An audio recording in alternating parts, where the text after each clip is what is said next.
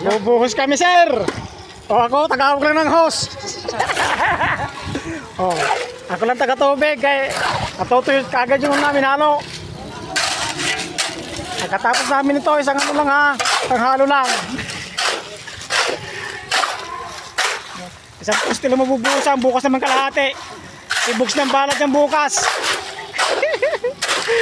Isang poste kasama ng biga. Ano na, pasobrahan ng tubig. Saglit, tutupin ko lang. Ha?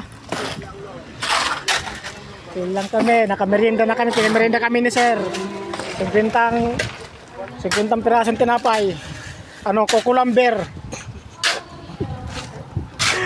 Kukulamber pinamerienda kami ni sir. Papalaban, no? Papalaban yung unggoy sa taas. Napapalaban sa init.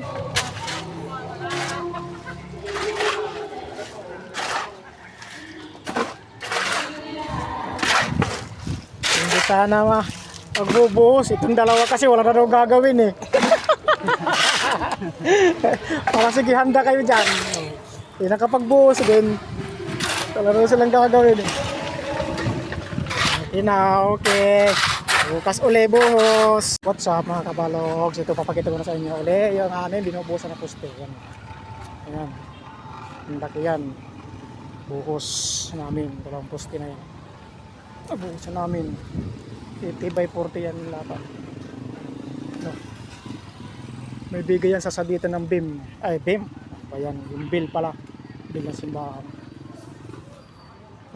Dito pa may martilyo pa. Iniwan pa. Aray ko. Sus, iniwan ni martilyo pa dito yung mga kagawa. Marami magnanakaw dito. Yung chipping gun namin dun, oh. Nagpagpag kami ng trails na nakaw. Mismo sa harap ng simbahan ninakaw yung chipping gun namin kinuha. Hindi man lang kinalibutan yung chipping gun namin. Yan, 40 by 80 yan. May runner na yan para sa biga. Bukas pupormahan naman yan. Yung mga pamurma.